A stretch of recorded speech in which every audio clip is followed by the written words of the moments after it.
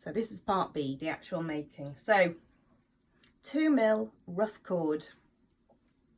As I've said before, this one is the best, I think, for making teethers, beaded teethers, as it's got some more traction for your knots. So you can get your needle, available in the shop, thread it, stick on some of your beads. So I'm using some 15 mils. This is our china blue colour, which is really, really lovely. And I'm pairing it with the dark grey. So this is just a simple circle of bead teether.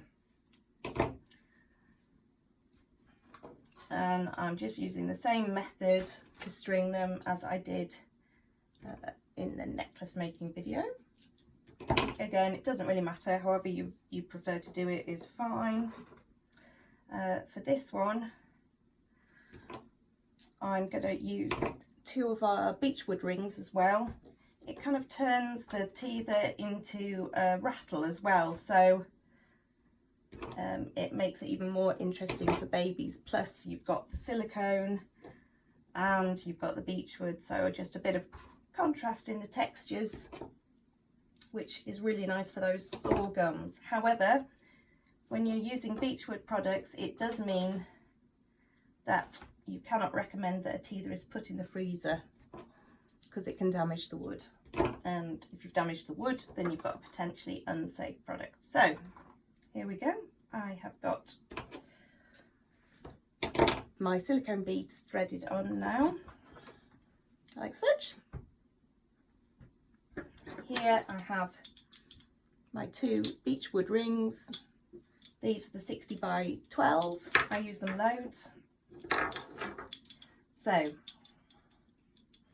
here we go.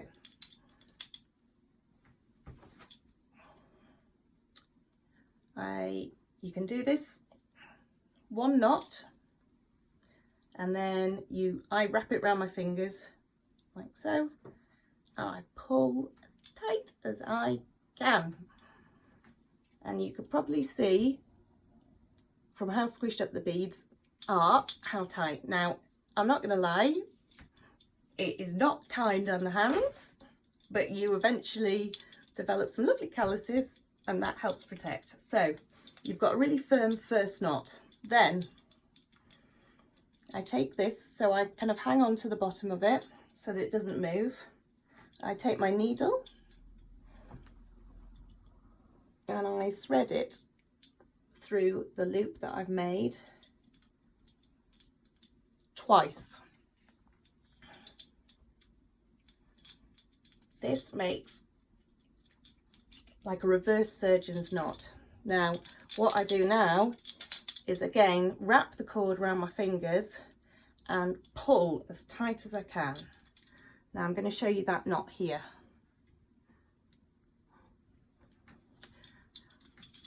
What you now do is you take a lighter. Got to be pretty careful about this bit, and you go to where the rope crosses, so the knot joins. You get your lighter and you hold it there. Careful not to compromise your knot by over burning. And what this does with nylon is it fuses the knot together. There we go. And you let that cool down. Then you take your needle. This is where the needles are really useful, and you push it through the beads. So what you're doing is you're going round again. So I take the first 2, pull them through,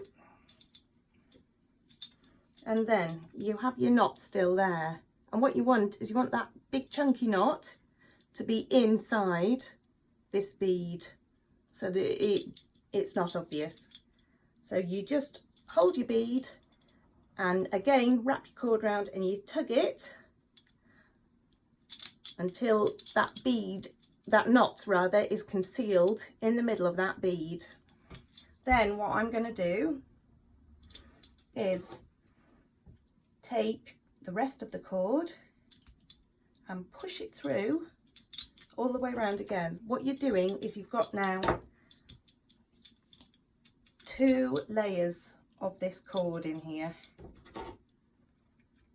and especially if you're starting off, especially if you're not able to get these independently tested, please do this, because it means should anything happen to your first knot, you have a second knot in place,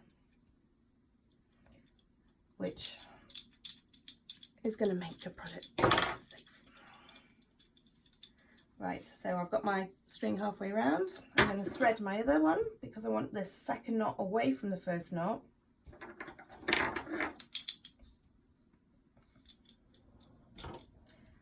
So I just take it round to meet the first piece. So it takes a bit of practice with these with the needles to get it fairly quick, but honestly after a few weeks it gets a lot faster. So here we are, we've got a place for a second knot now. Our cords have met, so we're just going to do exactly the same. So we're going to do the first knot and we're going to pull it super tight, squish those beads right up.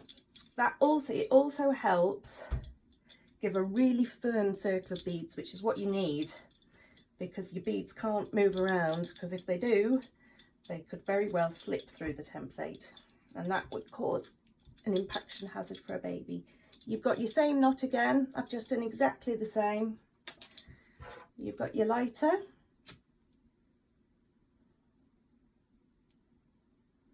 You've got another fused knot there, and then you take your needle, push it through just one bead this time, pull that bead through, sorry, pull that knot through. There we go. Then,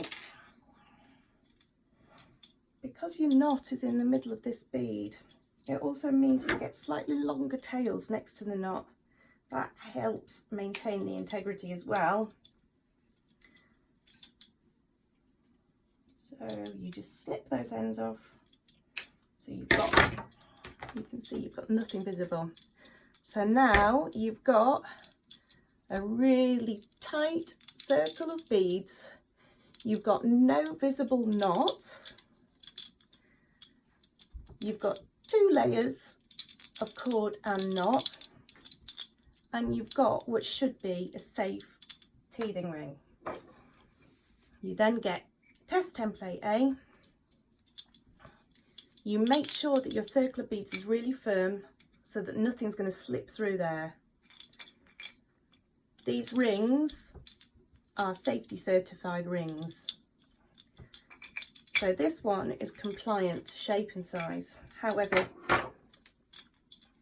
please do send off your first, before you sell them, send it off to a test house if you can, please, and get those knots tested. There isn't anything more important than the safety of small babies when you're dealing with a product that's got beads on it, and I think we all agree on that.